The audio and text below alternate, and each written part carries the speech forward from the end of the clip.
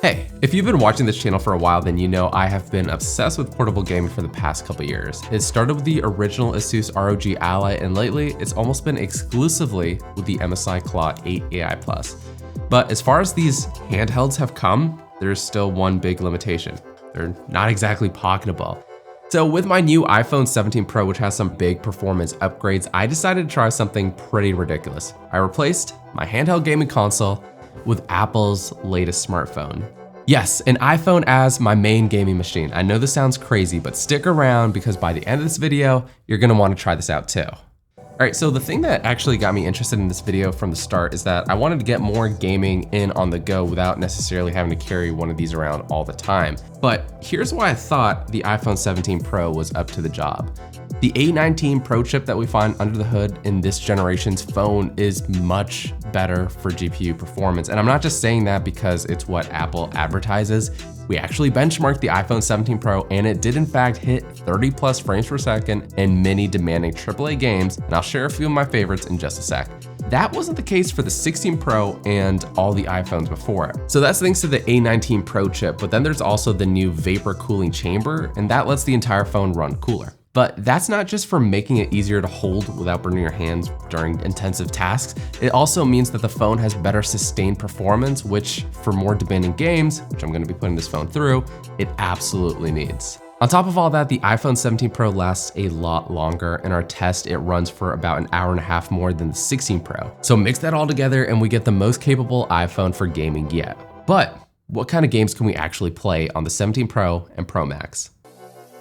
So I'm gonna be focusing on my 3 favorite categories of games that you can play on the iPhone, including AAA games, which have been ported over from PC and consoles. That includes Death Stranding, Resident Evil, and Assassin's Creed. Apple's own library of games, including those on Apple Arcade.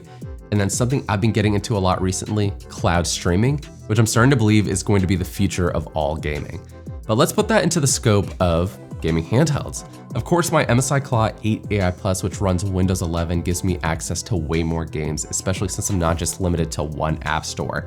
You've probably already heard me rave about how versatile the Claw is and why I think it's the best handheld that you can buy today, but the iPhone 17 Pro is no slouch either. Apple's library of first-party games is becoming more impressive each month, and we're getting a steady amount of ported over AAA games, which if you told me I'd be playing them on my iPhone 5 years ago, I'd never believe you. Quickly, one last thing. I know if my iPhone 17 Pro is gonna have any chance at going head-to-head with a real handheld like the MSI Claw, touch controls are not going to cut it. So I've got this. The Backbone One Pro, it's my favorite phone controller hands down. If you've ever researched gaming controllers for your phone, you've probably seen this one before. I mean, just look at how compact this thing is. My iPhone 17 Pro slots in really quickly, it connects via USB-C, and now I have a gaming setup that's literally a game changer, especially for shooters and racing titles. It also has a really nice app library for all your supported games that you can launch into really quickly. Now this Pro model is $170, but on top of connecting to USB-C phones and giving you full-size controls, it also has Bluetooth and lets me connect to my iPad, PC, or even my TV. And I'm all about multi-purpose gadgets that aren't just locked down to one single device. But if you want to save a little bit more, you can go with a non-Pro for $99. It's basically the same thing, but without Bluetooth. So I'll link the best deals for both down below so you can check them out. All right, so with my controller ready, let's get into some games. I wanna start things off by talking about the ones that I think look best on iPhone right now. 2 years ago, Apple announced that they were gonna be bringing big name AAA games like Resident Evil, Death Stranding, Assassin's Creed, and a lot more to iPhone. And honestly, I think a lot of people, myself included, were pretty skeptical. It didn't help that when those games originally launched, it was with the iPhone 15 Pro and those games didn't really run that well. But with the 17 Pro, it's genuinely a different story now. Fans of horror are definitely spoiled here because there are a ton of ported over titles that you can now run on your iPhone 17 Pro. Understandably, some trade-offs are made to get these games running as well on something this small, but I think Apple hit a major milestone in getting these visually demanding games to hit a smooth 30 or even 60 frames per second, whereas my 16 and 15 Pro before that would definitely dip into the low 50s, 40s, and in some cases 20s, which for me made them really unplayable. And overall, it doesn't really feel like you're losing out on too much compared to the original PS4 version if you ever played that. That is until you start to look at some of the finer details that do look softer overall, especially in the background, and the draw distance just isn't as great. But with other games like Assassin's Creed Mirage, I think that's also another really great title. The game now runs much smoother on my 17 Pro, especially in faster action or denser areas of Baghdad. And it feels a bit weird to say this, but I think this is one of my favorite games to play now on the go. That's to say, the MSI Claw still has a pretty big edge with its Intel Arc GPU. Besides the overall sharper visuals and higher frame rates that I can achieve here, I have more graphic settings, which lets me decide what I want to prioritize, whether that's frame rates or higher resolution, giving me even more control over how I play my games. But besides how these AAA games actually run, there's another big setback with iPhone gaming coming from the MSI Claw. First, the Claw has a much larger 8-inch 16:10 display that's way more immersive. I can't tell you the amount of times I'm just like looking at the details or trying to read text on the smaller screen. It's just not as enjoyable, and I find myself holding the phone a lot closer to appreciate the details in those games. But with the MSI Claw, it has another really big advantage. I can quickly go from playing in portable mode to docking it with my 49-inch ultra-wide for getting even more immersion, and of course, connecting to all my peripherals for a true desktop gaming experience. You've probably heard me say this a ton in our other gaming videos, but I'm that weird guy who actually likes to use the Claw as a desktop replacement. And especially when I'm at home, I think the Claw strikes a really good balance between portability and power, especially for the games that I love to play most, that I don't really need anything more powerful than this. For those of you who also love gaming handhelds, let me see a show of hands if this is your only gaming PC. But then things get a little bit more awkward because there's the issue of storage. This is probably the biggest downside that I didn't even consider at first when going into this. These games can be absolutely massive and almost as large as their PC and console versions. The iPhone 17 Pro starts with 256 gigabytes of storage, and if you're cheap like me and opted for the base model, it's not hard to see how quickly just a few of these AAA games will eat through all of that. So if you want to install a couple of these bigger games and still want space for other phone things like your photos, music, you're probably going to want to seriously consider investing in a larger storage model right off the bat, because there's no upgrading internal storage or using external storage in any way. In a big contrast with gaming handhelds, they usually start with 512 or a terabyte of storage, and that's like the standard now. And if you wanted to upgrade that down the road, it's super easy. You can either just pop in a micro SD card slot and install the games there, or if you're a bit more tech savvy, you can actually upgrade the internal storage by removing a few screws. Yeah, do you ever think you'll see a micro SD card or external storage support for games on your iPhone? Probably not. But you know what? My favorite way to play AAA games on my phone right now doesn't actually take up any storage, and that's thanks to Xbox Cloud Gaming.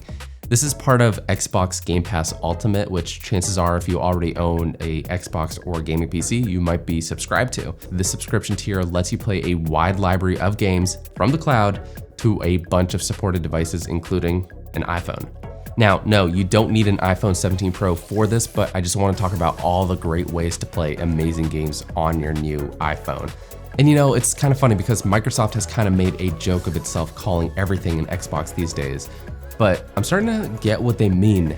Since everything is streaming, performance is going to be the exact same whether it's my iPhone, Handheld, or even traditional PC, no matter the game. But here's the thing, performance is heavily reliant on your internet connection since you're not actually playing these games locally anymore. And if I'm being fair, games don't look as sharp or visually fluid compared to if they were locally installed on like my MSI Claw or Xbox. And on top of that, input latency can be an issue, especially with racing games or shooters. But it makes sense, you're sending your controls to the cloud and then receiving it back.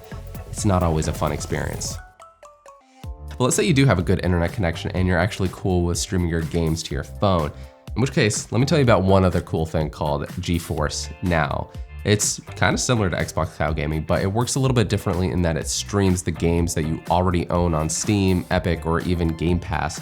And at its higher tiers, you're getting RTX 5080 performance on your phone, which, yes, is insane. In my experience, games look much sharper and run way smoother compared to Xbox Cloud Gaming, and when I pair it with the backbone, it's easy to forget I'm streaming.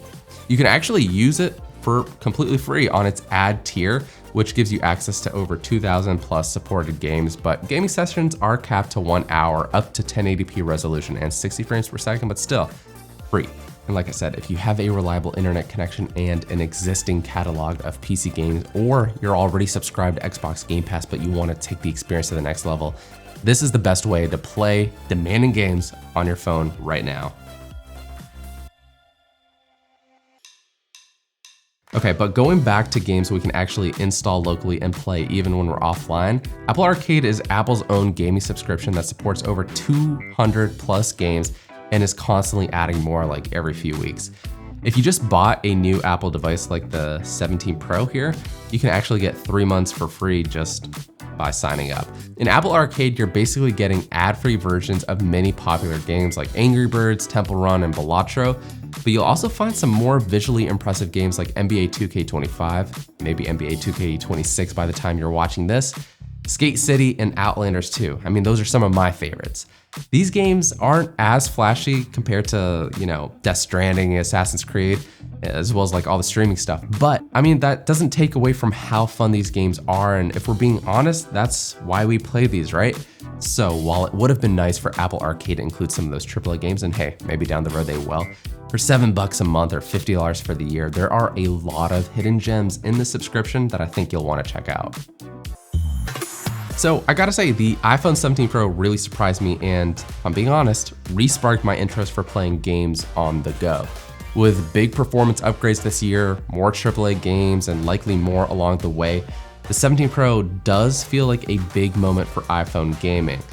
So long as you don't mind its smaller screen, when paired with a solid controller like the Backbone 1 Pro, I think this is one of the best truly portable gaming experiences you can get, albeit with some caveats like probably having good Wi-Fi if you want a bigger catalog of games. But if you do have any other setups that you think I should try next time, I'd love to hear them in the comments, so be sure to share those. For me though, handheld PCs like the MSI Claw still earn their keep with their better raw gaming performance, storage, and yes, desktop versatility, and that's gonna be the case for at least the next couple years. But for a console experience that I can basically take anywhere and yes, put in my pocket, I think the iPhone 17 Pro is the most capable that I've tried in a very long time. So if you've enjoyed this video, stay subscribed, follow me to see what other cool tech and gaming content I'm testing out, and until the next one, I'll catch you later.